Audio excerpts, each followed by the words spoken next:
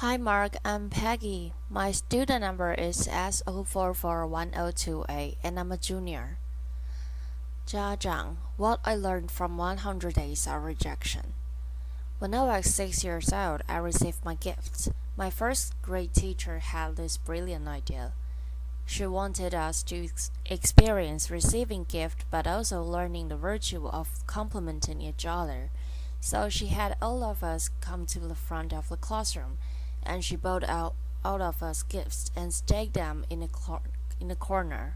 And she said, "Why don't we just stand here and compliment each other? If you hear your name called, go and pick up your gift and sit down." What a wonderful idea, right? What could we wrong? What could go wrong? Laughter. Well, there were 40 of us to start with, and every time I heard someone's name called, I would give out a hardest cheer. And then there were 20 people left, and 10 people left, and 5 left, and 3 left, and I was one of them. And the compliments stopped. Well, at that moment I was crying, and the teacher was freaking out. She was like, "Hey, would anyone say anything nice about these people?" Laughter. No one? Okay, why don't you go get your gift and sit down? So behave next year. Someone might say something nice about you. Laughter. Well, as I'm describing this you probably know I remember this really well. Laughter. But I don't know who felt worse that day. Was it me or the teacher? She must have realized that she turned a team building event into a public roast for 6 years old. And without the humor, when you see people get roasted on TV, it was funny. There was nothing funny about that day. So that was one version of me, and I would die to avoid being in that situation again, to get rejected in public again. That's one version. That fast forward 8 years, Bill Gates came to my hometown, Beijing, China, to speak, and I saw his message. I fell in love with that guy. I thought, wow, I know what I want to do now. That night, I wrote a letter to my family telling them, by age of 25, I will build the biggest company in the world, and that company will buy Microsoft. Laughter. I totally embraced this idea of conquering the world, domination, right? And I didn't make this up. I did write that letter, and here it is. Laughter. You don't have to read this through. Laughter. This is also bad handwriting, but I did highlight some keywords. You get the idea. Laughter. So there was another version of me, one who will conquer the world. Well, then 2 years later, I was presented with the opportunity to come to the United States. I jumped on it because that was where Bill Gates lived, right? Laughter. I thought that was the start of my entrepreneur journey. Then fast forward another 14 years, I was 30. Nope, I didn't build that company. I didn't even start. I was actually a marketing manager for a Fortune 500 company. And I felt I was stuck. I was stagnant. Why is that? Where is that 14-year-old who wrote the letter? It's not because he didn't cry. It's because every time I had a new idea, every time I wanted to try something new, even at work, I wanted to make a proposal. I wanted to speak up in front of people in the group. I felt there was this constant battle between the 14-year-old and the 6-year-old. One wanted to conquer the world, make a difference. Another was afraid of rejection. And every time that 6-year-old won. And this fear even persisted after I started my own company. I started my own company when I was 30. If you want to be Bill Gates, you've got to start sooner or later, right? When I was an entrepreneur, I was presented with an investment opportunity, and then I was turned down. And that rejection hurt me. It hurt me so bad that I wanted to quit right there. But then I thought, hey, would Bill Gates quit after a simple investment rejection? Would any successful entrepreneur quit like that? No way. And this is where it clicked for me. Okay, I can build a better company, I can build a better team or better products, but one thing for sure, I've got to be a better leader. I've got to be a better person. I cannot let a 6-year-old keep dictating my life anymore. I have to put him back in his place. So this is where I went online and looked for help. Google was my friend. Laughter. I searched, how do I overcome the fear of rejection? I came up with a bunch of psychology articles about where the fear and pain are coming from. Then I came up with a bunch of rara inspiration articles about don't take it personally, just overcome it. Who doesn't know that? Laughter. But why was I still so scared? Then I found this website by log. It's called rejectiontherapy.com. Laughter. Rejection therapy was this scam invented by this Canadian entrepreneur. His name is Jiang. And basically the idea for 30 days you go out and look for rejection, and every day get rejected is something, and then by the end you designate yourself from the pain. I love that idea. Laughter.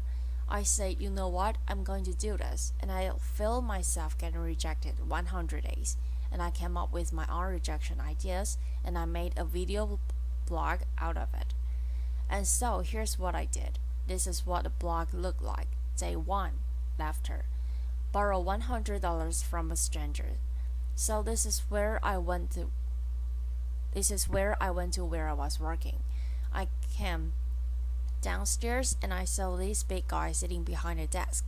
He looked like a security guard. So I just approached him, and I was just walking and that was the longest walk of my life. Hair on the back of my neck standing up. I was sweating and my heart was pounding, and I got there and said, "Hey sir, can I borrow $100 from you?" Laughter. And he looked up. He's like, "No. Why?" And I just say, "No, I'm sorry." Then I turned around and I just ran. Laughter. I felt so embarrassed, but because I filmed myself. So that night I was watching myself getting rejected, I just saw how scared I was. I looked like this kid in the Sixth Sense. I was dead people. I saw dead people. Laughter. But then I saw this guy. He wasn't that menacing. He was a chubby, lovable guy, and he even asked me why. In fact, he invited me to explain myself, and I could have said many things. I could have explained. I could have negotiated. I didn't do any of that, and all I did was run. I felt, wow, this is like a microcosm of my life. Every time I felt the slightest rejection, I would just run as fast as I could. And you know what? The next day, no matter what happens, I'm not going to run. I'll stay engaged. Day 2. Request a burger refill. Laughter. It's when I went to a burger joint. I finished lunch and I went to a cashier and I said, "Hi, can I get a burger refill?" Laughter. He was all confused, like, what's a burger refill? Laughter. I said, well, it's just like a drink refill but with a burger. And he says, sorry, we don't do burger refill, man. Laughter. So this is where rejection happened, and I could have run, but I stayed. I say, well, I love your burgers, I love your joint, and if you guys do a burger refill, I will love you guys more. Laughter. And he said, well, okay, I'll tell my manager about it, and maybe we'll do it, but sorry, we can't do it this day. Then I laughed. And by the way, I don't think I've ever done burger refill. Laughter. I think they're still here, but the life and death feeling I was feeling the first time was no longer here. Just because I stayed engaged, because I didn't run, I say, wow, great, I'm already learning things, great. And then day 3, getting Olympic donuts. This is where my life was turned upside down. I went to a Krispy Kreme. It's a donut shop in mainly the southeastern part of the United States. I'm sure they have some here too. And I went in, I said, can you make me donuts that look like Olympic symbols? Basically, you interlink 5 donuts together. I mean, there's no way they could say yes, right? The donut maker took me so seriously. Laughter. So she put out paper, started jotting down the colors and the rings, and it's like, how can I make this? And then 15 minutes later, she came out with a box that looked like Olympic rings. And I was so touched, I just couldn't believe it. And that video got over 5 million views on YouTube. The world couldn't believe it either. Laughter. Because of that, I was in the newspapers, in talk shows, in everything. And I became famous. A lot of people started writing emails to me and saying what are you doing in awesome. But fame and notoriety did not do anything to me. What I really wanted to do was learn and to change myself. So I turned the rest of my 100 days of rejection into this playground, into this research project. I wanted to see what I could learn. And then I learned a lot of things. I discovered so many secrets. For example, I found if I just don't run, if I got rejected, I could actually turn a no into a yes, and the magic word is why. So one day I went to a stranger's house. I had this flower in my hand, knocked on the door and said, "Hey, can I plant this flower in your backyard?" Laughter. And he said, "No." But before he could leave, I said, "Hey, can I know why?" And he said, "Well, I have this dog that would dig up anything I put in the backyard. I don't want to waste your flower. If you want to do this, go across the street and talk to Connie. She loves flowers." So that's what I did. I went across and knocked on Connie's door, and she was so happy to see me. Laughter. And then half an hour later, there was this flower in Connie's backyard. I'm sure it looks better now. Laughter. But had I left after the initial rejection, I would have thought, well, it's because the guy didn't trust me. It's because I was crazy, because I didn't dress up well. I didn't look good. It was none of this. It was because that I offered did not fit what he wanted, and he trusted me enough to offer me a referral, using a sales term. I converted a referral. Then one day, and I also learned that I can actually say certain things and maximize my chance to get a yes. So for example, one day I went to a Starbucks and asked the manager, "Hey, can I be a Starbucks greeter?" He was like, "What's a Starbucks greeter?" I said, "Do you know those Walmart greeters? Those people who say hi to you before you walk in a store and make sure you don't steal stuff, basically. I want to give a Walmart experience to Starbucks customers." Laughter. Well, I'm not sure that's a good thing, actually. Actually, I'm pretty sure it's a bad thing. And he was like, "Oh, yeah, this is how he looked. His name is Eric." And he was like, "I'm not sure." This is how he was hearing me. Not sure. Then I asked him, "Is that weird?" He's like, "Yeah, it's really weird, man." But as soon as he said that, his whole demeanor changed. It's as if he's putting all the doubt on the floor. And he said, "Yeah, you can do this, just don't get too weird." Laughter. So for the next hour, I was the Starbucks greeter. I said hi to every customer that walked in and gave them holiday cheers. By the way, I don't know what your career trajectory is. Don't be a greeter. Laughter. It was really boring, but then I found I could do this because I mentioned, "Is that weird?" I mentioned the doubt that he was having, and because I mentioned, "Is that weird?" that means I wasn't weird. That means I was actually thinking just like him, seeing this as a weird thing. And again, I learned that if I mentioned some doubt people might have before I asked the question, I gained their trust. People were more likely to say yes to me.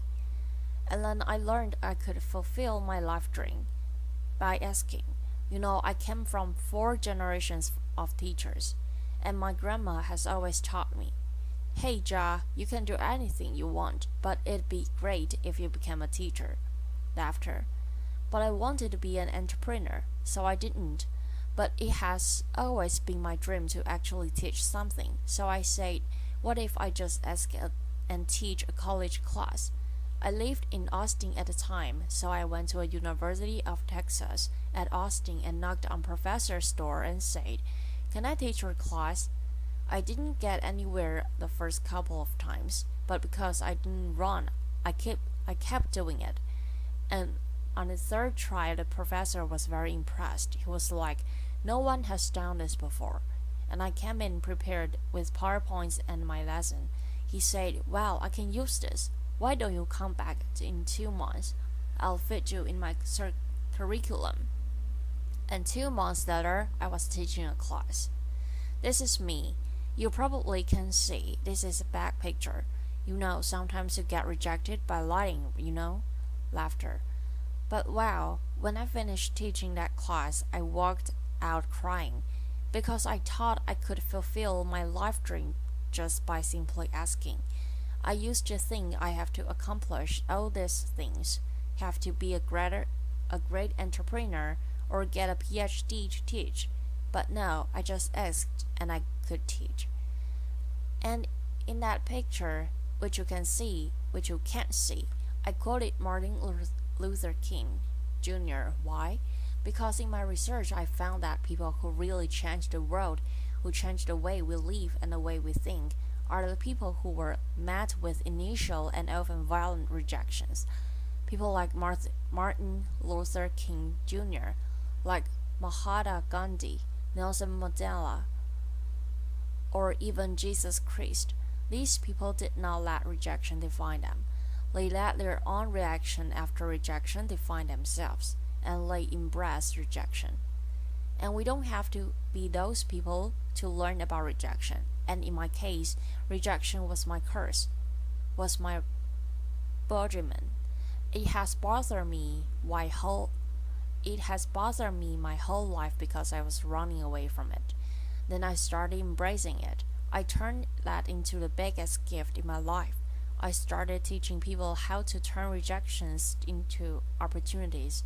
I use my blog, I use my talk, I use my book I just published, and I'm even building technology to help people overcome their fear of rejection. When you get rejected in life, when you are facing the next obstacle or next failure, consider the possibilities. Don't run. If you just embrace them, they might become your gifts as well. Thank you. Applause.